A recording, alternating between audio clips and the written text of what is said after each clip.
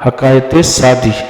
ایک شیر بڑھاپے کی وجہ سے کمزور ہو گیا اور چلنے پھرنے سے معذور ہو گیا۔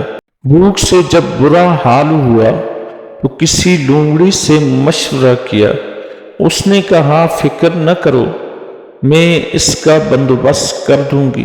یہ کہہ کر لومڑی نے پورے جنگل میں مشہور کر دیا کہ شیر بہت بیمار ہے اور بچنے کی کوئی امید نہیں ہے۔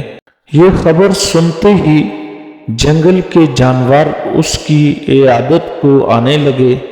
شیر غار میں سر جھکائے پڑا رہتا اور عیادت کے لیے آنے والے جانوروں کا شکار کر کے اپنی بھوک مٹاتا رہتا۔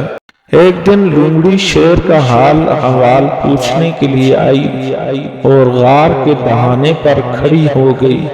اتفاقاً اس دن کوئی جانور نہ آیا تھا جس کی وجہ سے شیر بھوکا تھا۔ اس نے لومڑی سے کہا باہر کیوں کھڑی ہو، اندر آؤ اور مجھے جنگل کا حال احوال سناؤ۔ لومڑی نے چالاکی سے جواب دیا نہیں، میں اندر نہیں آ سکتی، میں یہاں باہر سے آنے والے پنجوں کے نشان دیکھ رہی ہوں لیکن واپسی کے نہیں۔